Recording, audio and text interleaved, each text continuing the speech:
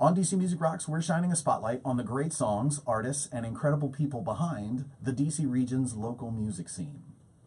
Now, Data Recovery Project is a synth pop electronic band that explores dark subject matter in a way that incorporates dance beats.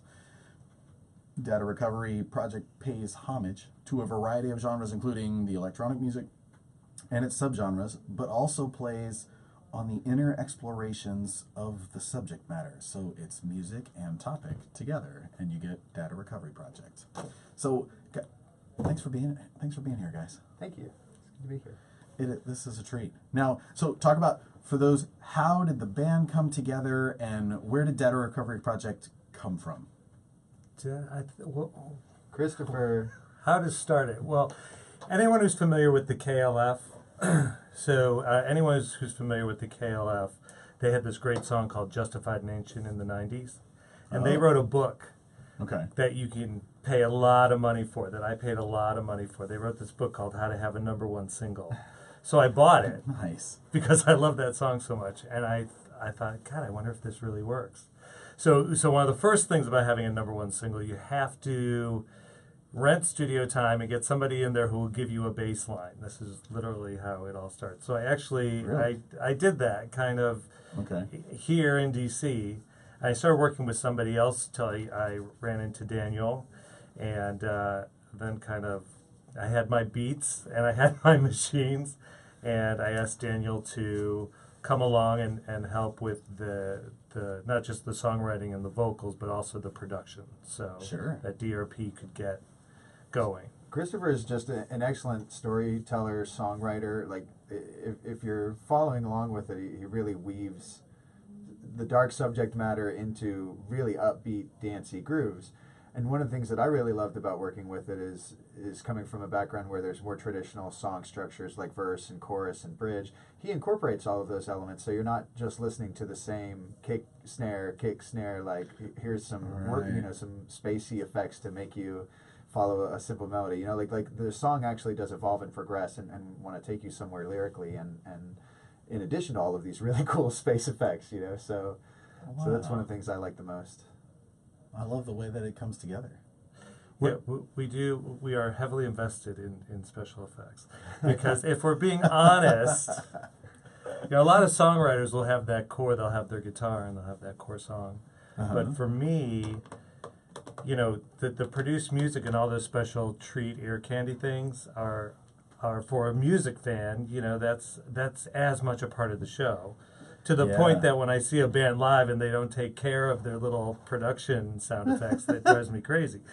But so Data Recovery Project sounds big, and it has a lot of that going on, a lot of those sounds, and we try to make it like a maximalist kind of music rather than a thin electronic music. It's definitely very produced, and there is a lot of stuff going on. It's the kind of song where, if you think of your favorite artist and you've heard the song a million times, and this time you're using like a new pair of headphones, and you hear something in the background that you've never heard before, and you've heard the song 100, 1,000 times. Wow. That's definitely what will happen, the longer that you listen to Data Recovery Project stuff. You hear this little trill somewhere or a different sound effect that came out of nowhere, and it'll just surprise you. And where's the name come from? Where the name came from? It was meant to troll companies, right? Yeah, we thought it would be a great search engine. We thought those were the people who would like us. It comes from. What's that doing? Is that working for you? We don't know. We don't know, but you certainly get a lot of things when you type it in the internet. Absolutely. We sort of some of the stuff that it's built around. It was in electronic music there was this time of high energy music, which really had these bass lines that were, they used to be done with octaves, but anyway, they were these bass lines that were awesome, and they were loud, and they were electronic. And so part of what we were doing was looking back, and when we started, I thought we might do a whole lot of covers, and it turns out we had stuff to say about what's going on now. So I don't know what to say. I mean, we're sort of looking backwards, but then we're sort of futuristic, so we're just happy that we're finding a place where we can do this, because we don't quite fit into a pre-cut genre. But And the name, you just were inspired by. It was sort of talking about the electronic nature, and that we were going to be reaching back. Okay. And then the I subject see. matter, which Daniel said, we wanted to signal that we weren't going to do all of our songs about, getting lucky on the dance floor, but all of our songs were going to be on the dance floor, but we wanted to go wider. So we Right. just wanted to have something that evoked that, That's the subject cool. matter would go all over the place, I love it. Fantastic. And what part of the region are you guys? The DC region. I am from DC, Northwest but DC. I just realized you said I. Introduce yourself too. Oh, who are sorry. you? They can only hear you if they're listening. I am Christopher with Data Recovery Project, Yeah. and Daniel to my left. Hi, Christopher to my right. Daniel's from. I'm in Waldorf, Maryland, Fantastic. which and is part of our live tremor joke bit, actually. And Yes. you're from say it again. You're from which part? I'm from Northwest Washington, from DC. Northwest DC. Fantastic. And you brought up the live tremors, so let's talk about that too. Oh, great. So What is that? Well, music videos, 3 minutes of video sounds easy, but when DRP was starting, we did a couple music videos, but they were long, they were expensive, and there's great videos out there. So we decided Daniel and I would do something faster and simpler. So we released these live tremors videos. They're about 30-second comedy videos, and they're little shorts of us breaking in, playing our first gigs, fighting in the studio. They're all based on true things.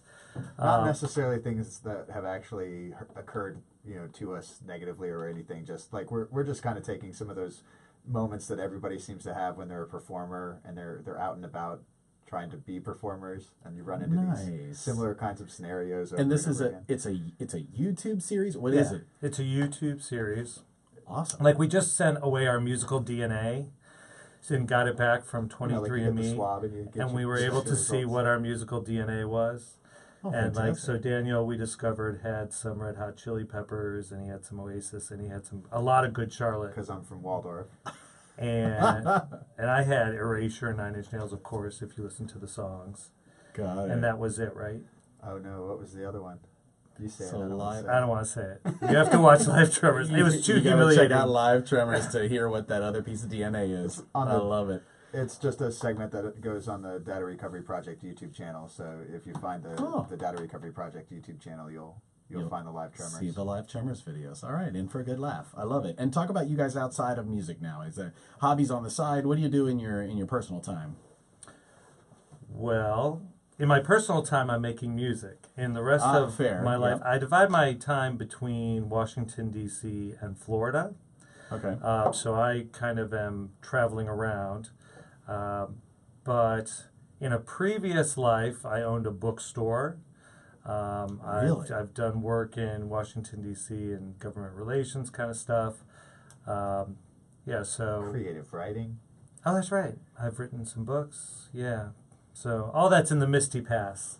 So Got now it. I'm full on music. And actually, I came to music as a fan.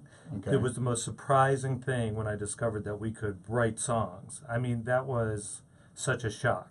So And how long ago was that? that was 3 years ago. Wow. So So- all this came in the last 3 years? Yeah, couldn't play an instrument. Some people did, Daniel. Some people would say I still Daniel- can't since it's all electronic. True. But that was just loving the music and then hearing it sort of slip away and wanting to hold on to some pieces of things that I liked. It's really been the last 3 years that I've learned how to do it, and now I'm obsessed, and wondering why I He's sold. didn't do this when I He's was in. like 12. That's But- amazing. I love that you found it. That That is is really right. cool. And I've got time for one more question, and it's my favorite question to ask, which is if you could offer one piece of advice, what would it be? To aspiring musicians, You get to answer however you like. my piece of advice is, my big thing is to have flavor. So when I hear bands, there's bands that are trying to hear something that they think will be commercial and then do it correctly and do it perfectly. And That's not my thing. I love point of view and I love flavor. When I say flavor, I love an artist that has their own voice, that has their own way to sing, their own use of words, and I think that really shows up. And it's harder to get people on the dance floor when they don't know your songs, but it's much more lasting. So my advice is to try your hardest to find out what your unique sound is, and it's going to feel in a way like maybe that's not the most commercially thing you could be doing. But Got it.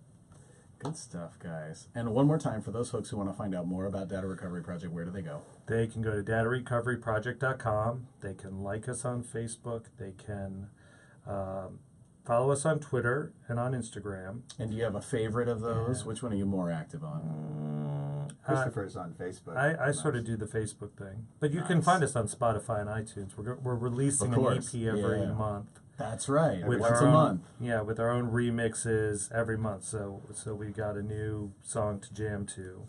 Nice. 4 or 5 tracks. There's an acoustic version, an instrumental version for "We Are Coming for You." We did a radio-friendly version and a sitting in your car, yelling out the window Hell version. yeah. I love it. Yelling out your window, yelling out your car window version. That I feel like that's almost like a really funny DJ name. It's like this is the remix by the Yelling Out Your Car. Like, Right.